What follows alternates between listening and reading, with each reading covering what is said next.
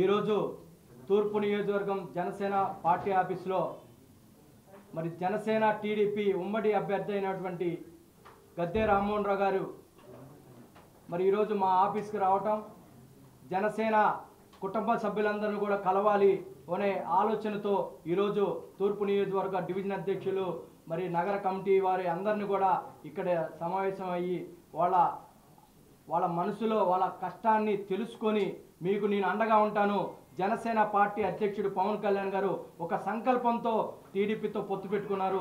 ఆయన సంకల్పాన్ని మా ద్వారా నెరవేర్తాం, మీకు జనసేన పార్టీకి నేను గుండెల్లో పెట్టుకుంటానని ఒక భరోసా ఇవ్వడం జరిగింది.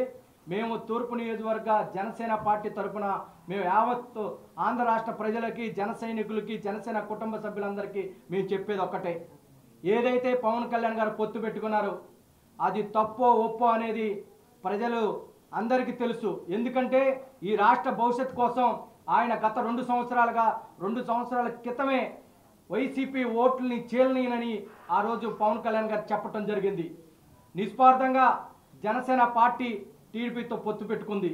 అది జనసేన పార్టీ లాభం కోసం కాదు, టీడీపీ పార్టీ లాభం కోసం కాదు, ప్రజల కోసం. ఈ రాక్షస పాలన దించాలంటే బలమైన పార్టీ కావాలనే ఒక ఆలోచనతో మరి చంద్రబాబు నాయుడు గారిని ఆ రోజు రాజమండ్రి సెంట్రల్ జైలుకి వెళ్ళి నేను మీకు అండగా ఉంటానని నిస్వార్థంగా చెప్పిన వ్యక్తి. మనం అందరం కూడా ఒకసారి ఆలోచించాలి. మిత్రపక్షం, మిత్రధర్మం పాటించాలి. ఎక్కడైతే మన గాజు గ్లాసు ఉందో అక్కడ ఓటేసుకుందామని రాజుగారి కోటలో పాలు పోసే విధంగా మనం మాట్లాడితే, అక్కడ గాజు గ్లాసు ఉన్న కాడ మనం ఓటేస్తే వాళ్ళు కూడా సైకిల్ ఉన్న కాడ ఓటేస్తారు. అది రాష్ట్రానికి పెద్ద దెబ్బ తగిలిద్ది.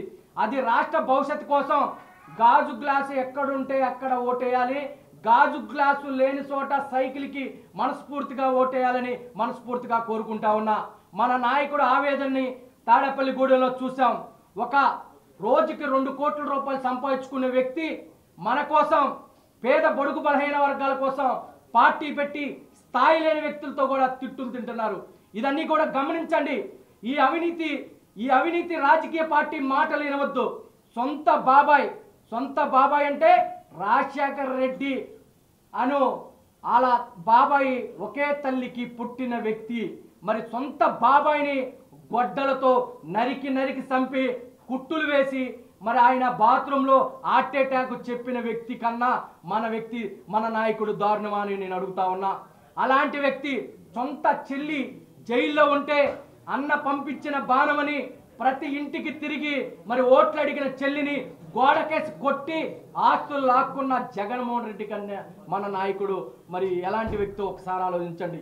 ఇవన్నీ మనసులో పెట్టుకొని ఎక్కడ సైకిల్ ఉన్నా, ఎక్కడ గాజు గ్లాస్ ఉన్నా మన ఓటు అనేది గాజు గ్లాసుకి, సైకిల్కి మనస్ఫూర్తిగా ఓటేయండి. పవన్ కళ్యాణ్ గారి సిద్ధాంతాన్ని మెచ్చుకున్న, ఇష్టపడిన ప్రతి జన సైనికుడు కూడా మన మోయాల్సింది 2 జెండాలు. ఒక భుజం మీద జనసేన జెండా, ఇంకో భుజం మీద టీడీపీ జెండాను మోస్తే ఈ రాష్ట్ర భవిష్యత్తు, మన బిడ్డల భవిష్యత్తు బాగుంటుందని మనస్ఫూర్తిగా కోరుకున్నా. ఇక్కడ పోటీ చేసే అవినాష్కి ఒకటే చెప్తా ఉన్నా, నిన్ను మేము 50,000 నుంచి 70,000 ఓట్లతో నిన్ను ఓడిస్తా ఉన్నాం. నువ్వు జన సైనికులు కొందామన్నా, కాపుల్ని కొందామన్నా నీ దుర్మార్గ ఆలోచనకి మేము చెక్కు పెడతాం. గద్దె రామ్మోహన్ రావు గారు సౌమ్యుడు. గద్దె రామ్మోహన్ రావు గారు ఏమి చేయలేడు అనుకున్నారు? గద్దె రామ్మోహన్ రావు గారు వెనక లక్షలాది మంది జన సైనికులు, మా నాయకుడు పవన్ కళ్యాణ్ గారు ఉన్నారు. ఆయన గెలుపు ఖాయం. గెలుపు ఒకటే కాదు, మాకు కావాల్సింది మెజార్టీ కావాలి. మెజార్టీ 70,000 మెజార్టీ గద్దె రామ్మోహన్ రావు గారిని గెలిపించి తూర్పు నియోజకవర్గంలో జనసేన టీడీపీ జెండా ఎగరేస్తాం. దేవినాయన అవినాష్ రౌడీయాన్ని కూడా మేము అడ్డుకుంటాం. ఎందుకంటే గతంలో వాళ్ళ తండ్రి చేసిన దుర్మార్గాలు ఈ ప్రజలందరూ కూడా ఇంకా మర్చిపోలేదు. ఆయన కూడా వాళ్ళ తండ్రి బాటలో నడుస్తున్నాడు. ఎందుకంటే నిస్వార్థంగా ఉన్న టీడీపీ నాయకులు కానీ, మరి దళిత సోదరులు కానీ చంపించి మరి ఒక టీడీపీ నాయకుడు కన్ను కూడా దుర్మార్గంగా పొడిచి ఇచ్చేశాడంటే, అలాంటి దుర్మార్గులకి ఓటేస్తే మంది మళ్ళీ 88, 85లో లాగా ఇక్కడ రౌడీజం అయిపోద్ది. కాబట్టి మన మంచి వ్యక్తి అయిన అటువంటి గద్దె రామ్మోహన్ రావు గారికి మన ఓటేసి గెలిపించాల్సిందిగా మనస్ఫూర్తిగా కోరుకుంటూ సెలవు తీసుకున్నాం. జనసేన తెలుగుదేశం పార్టీ విజయవాడ తూర్పు నియోజకవర్గంలో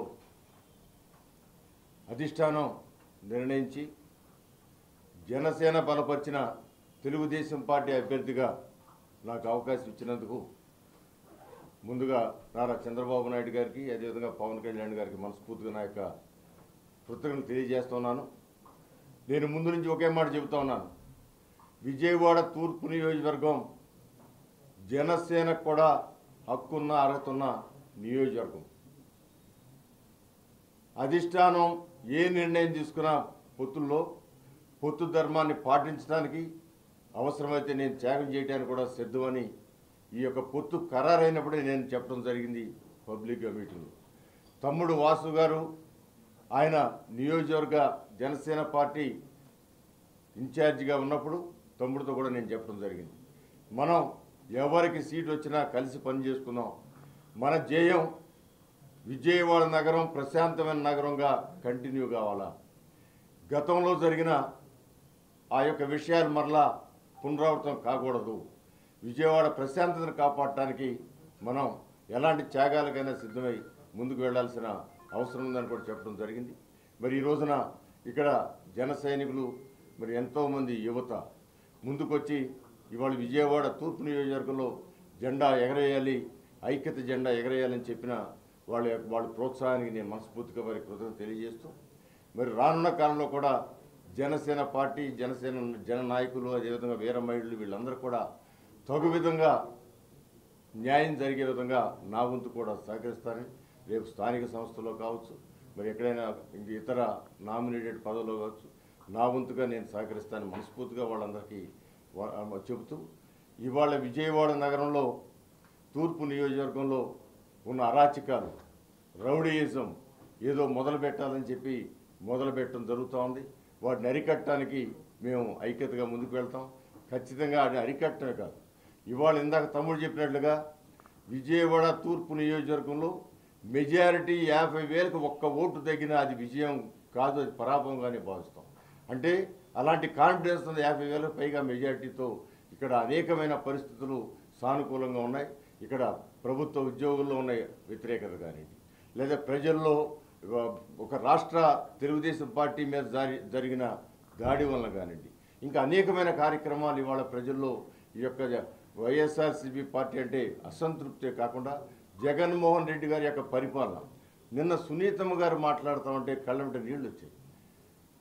ఆవిడ తండ్రిని గొడ్డలతో ఏ విధంగా హింసించింది, అంతకుముందు నాకు తెలియలేదు, హింసించింది నా కుటుంబ సభ్యులంటే కడుపు తరుక్కుపోతుంది, అలాంటి వ్యక్తికి ఓటేస్తే రాష్ట్రం సర్వనాశనం అవుతుందని చెప్పి వాళ్ళ బాబాయ్ కూతురే చెబుతూ ఉందంటే ఒక్కసారి ప్రజలు కూడా ఆలోచించుకోవాల్సిన అవసరం. ఈ రోజున తిరుగుతూ ఉంటే అనేక చోట్ల గంజాయితో ప్రజలు ఏ విధంగా ఇబ్బంది పడుతూ ఉన్నారు. అదేవిధంగా మద్యం తాగి జగన్మోహన్ రెడ్డి గారు సప్లై చేసిన మద్యం తాగి ఏ విధంగా బలహీన పడిపోయి నరాలు వీక్నెస్తో పెరాలసిస్ మంచాన పడినవాడు ఇవాళ 35 లక్షల మంది ఆ మద్యం తాగి హాస్పిటల్ పాలయ్యారని చెప్తా ఉన్నారు లెక్కలు. 5 లక్షల మంది పైగా మరణించారని చెబుతా ఉన్నారు అధికారికమైన లెక్కల్లో. 33,000 మంది బాలికలు అదృశ్యమైపోయారు ఈ రాష్ట్రంలో అని చెప్తా ఉన్నారు. ఇది ఎంత సిగ్గుచేటో ఒకసారి ఆలోచన చేసుకోవాలి. ఒక పాలకుడుగా కేంద్ర ప్రభుత్వం 33,000 మంది బాలికలు అదృశ్యమయ్యారంటే ఏమాత్రం స్పందించని ముఖ్యమంత్రి మనకు అవసరం, ఒకసారి ఆలోచన చేసుకోవాల్సిన అవసరం. పవన్ కళ్యాణ్ గారు ఆయన ధైర్యంగా చెప్పారు 33,000 బాలికలు ఈ రాష్ట్రంలో మాయమయ్యారంటే ఈ ప్రభుత్వం నిద్రపోతుందా అన్నప్పుడు మరి ఆయన ఒక రోజల్లా పాటు తిట్టకుండా అనేక మంది ఆయన తిట్టారు. కానీ 24 గంటల గడవక ముందే పార్లమెంట్లో స్వయంగా పార్లమెంట్లోనే ఒక హోమ్ మినిస్టర్ గారు ఇది జరిగింది వాస్తవం, 33,000 మంది మహిళలు ఈ రాష్ట్రంలో ఆంధ్ర రాష్ట్రంలో కనపడలేదు, ఇలాంటి ఇది చాలా బాధాకరం అని చెప్తే అప్పుడు సిగ్గుపడాల్సిన ముఖ్యమంత్రి ఏమాత్రం దాని గురించి స్పందించకుండా మరి అప్పుడు ఒక పాలకుడు సిగ్గుపడినప్పుడు ఆ పాలకుడికి ఓటేసిన వాళ్ళన్నా సిగ్గుపడాలనేది నా యొక్క అభ్యర్థన. ఒకసారి ఆలోచన చేయమని నేను కోరుకుంటున్నాను. ఏదేమైనా కూడా జనసేన తెలుగుదేశం పార్టీ నాయకత్వంలో మరి ఖచ్చితంగా ఈ రాష్ట్రంలో ఒక చక్కటి ప్రభుత్వం ఏర్పడుద్ది.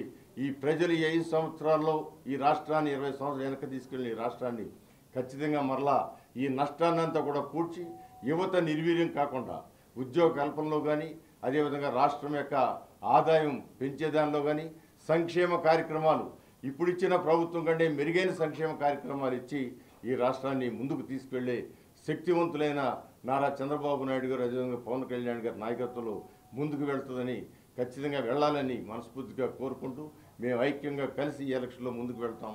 రానున్న కాలంలో కలిసిమెలిసి పని చేసుకుంటాం అని కూడా మీ అందరికీ తెలియజేస్తూ సెలవు తీసుకుంటాం.